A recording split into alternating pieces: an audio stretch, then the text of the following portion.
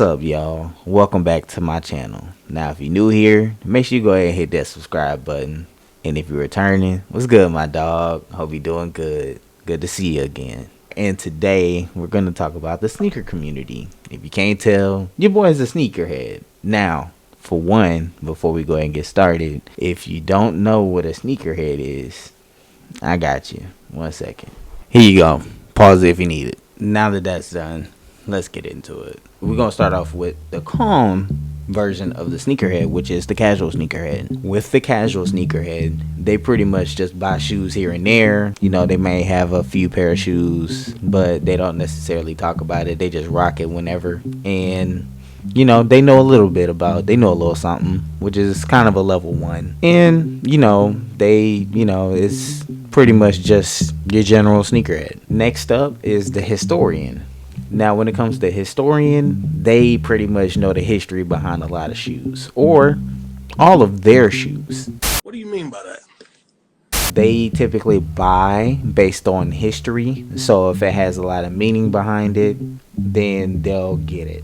So, say for instance, right, you got the Band 1s. They came out in 1984. It was the very first shoe that dropped, and the NBA ended up banning the shoe just because it didn't match with their code, or, you know, it wasn't up to code when it came to the type of sneakers that they had in the NBA. So, hence Band 1s. And the commercial, honestly, completely iconic. It was simple, yet straight to the point, and it was bold as hell.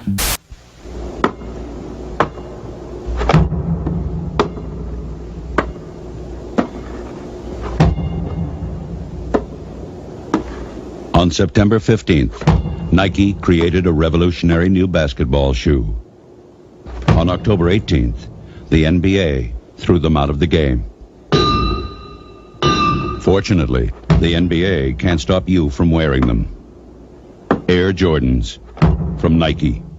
Now, having a historian around, or being somewhat of a historian, is probably good to have or good to know.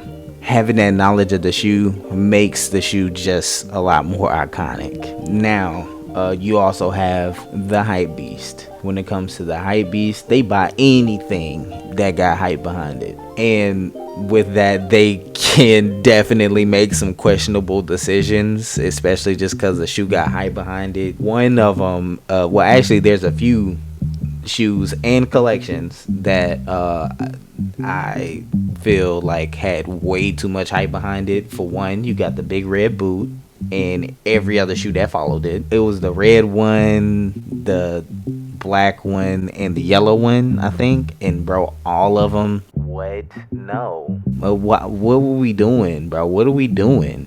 That shit is fucking trash, dog. Get the fuck off the airwaves. And then I remember when Balenciaga had dropped a distress collection. Bro, what is this, bro? What is this? Like, who in their right mind bought this? Who bought either one of these, bro? Stop it. Get some help. Let me know. Would y'all buy it? Cause I definitely wouldn't, and I definitely didn't.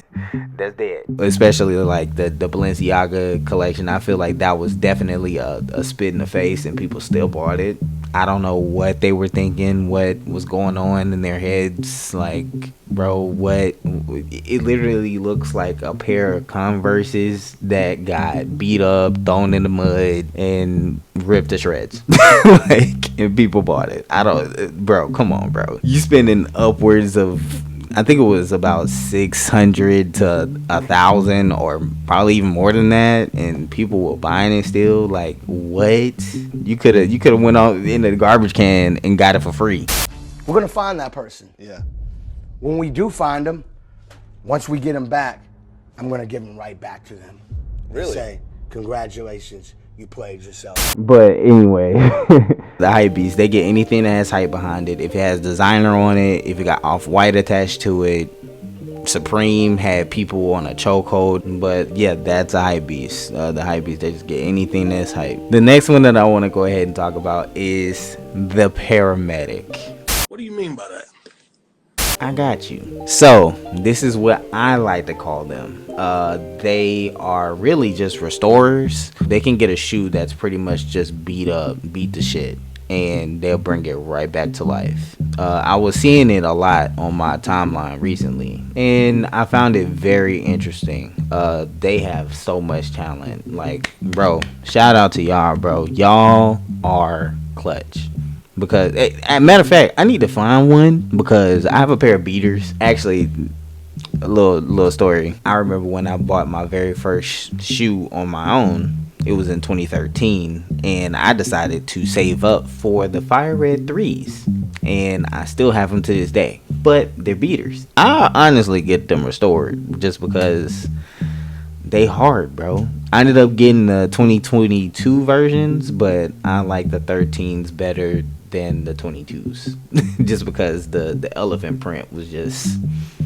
It was just way better, bro. Here's an example of one of the restores that I seen on my timeline. It was really cool. Like, take a look. So today I went to the post office, and to my surprise, someone sent me some beat up Travis Scotts. And as you can see, these shoes are terrible with a capital T. And they need Shunada to make them look nice and clean. So I pumped the foam, and when I see the foam, I'm in my zone. And remember, if it ain't Shunada, then I don't want nada. Shunada is non-toxic, biodegradable, safe on all colors and materials as well. So when you want your shoes to be fixed, Shunada does the trick. And once you give it a scrubbing and that Shunada loving, it's time to rinse the shoe completely. Once the shoe's fully dried, now we can take care of the scuffs. We sand it down with sandpaper and we paint the shoe with acrylic paint. Last step, we take care of the shoelaces. And now look at the difference. Wow! I just saved myself $150. Mira nomás, que chulada. And that's why I call them a paramedic. They brought the shoe back to life. And it's just like, you know, I feel like they're very pivotal to the sneaker community. Like, I feel like if you know one, hey man, you gotta use their services. I don't care if they charge, bro. Just use the services. I feel like they're very I feel like they don't get enough praise within the sneaker community, at least from what I see. So I just want to go ahead and give that shout out to the people who do restore shoes, bro. You're important. The next one that you got is the checkpoint. Now, what is a checkpoint? It's the people who authenticate shoes. Now, probably you don't see them as often anymore. They're probably working at StockX or something. But they would literally stop you and check your shoes just to make sure that they're real. And I remember, especially in high school, that was super, like, I think it was probably peak, like, when sneakers was just, like, the main topic. And especially if you had something that was some heat, they wanted to make sure that you had the real versions and not the, you know, not the fake ones. Legit check your Jordan 4s. So if you guys have a pair of Jordan 4s and you want to make sure they're either real or fake, there's a couple tests that you can actually do to 100% determine if they're real or fake. You know, we always got the back tab. That's one. That's a classic. There's one foolproof way. Check the stitching right here. If that stitching isn't horizontal to this diagonal stitch, then that's how you know it's wrong. And also with the netting, if it's coming at a 45-degree angle and not a 35-degree angle, then it might be a fake pair. Another way is... Oh, hell no! But yeah, they would literally stop you and check your shoe and just, like, make sure that they real. Like, they'll be just like this. Stitching's right. What's the skew on it? Okay. Alright. They look legit.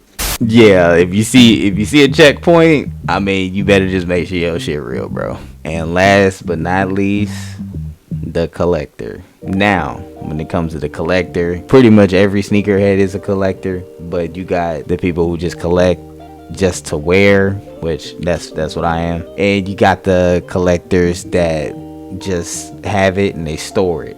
And, you know, I guess, I don't know if they saving it for later, they just having it for, like, pretty much a history piece or something like that. They're pretty much within the entire community. It just varies on what type of collector that they are, which kind of is all of the ones that I went through. But just specifically the ones that collect just to collect, they probably have a crazy collection, or I mean really just an extensive collection, like the celebrities and things like that. I still remember when I had seen I think it was DJ Khaled's collection. He had a really cool collection.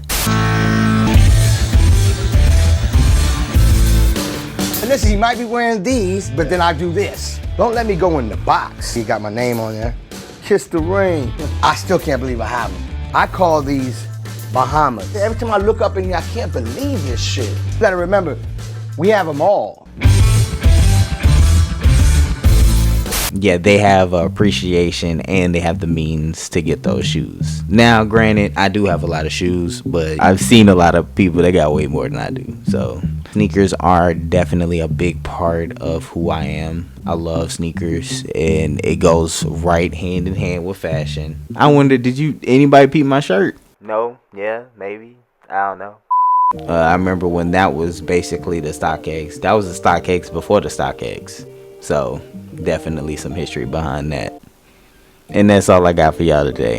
And with that being said, I do appreciate y'all rocking out with me. If you haven't already, make sure you go ahead and hit that subscribe button and go ahead and like the video. Let me know what type of sneakers y'all like, if y'all have any different archetypes that I didn't touch on, and if y'all have any stories regarding sneakers, hey, let me know. And with that being said, I'm out, my dog. See you later.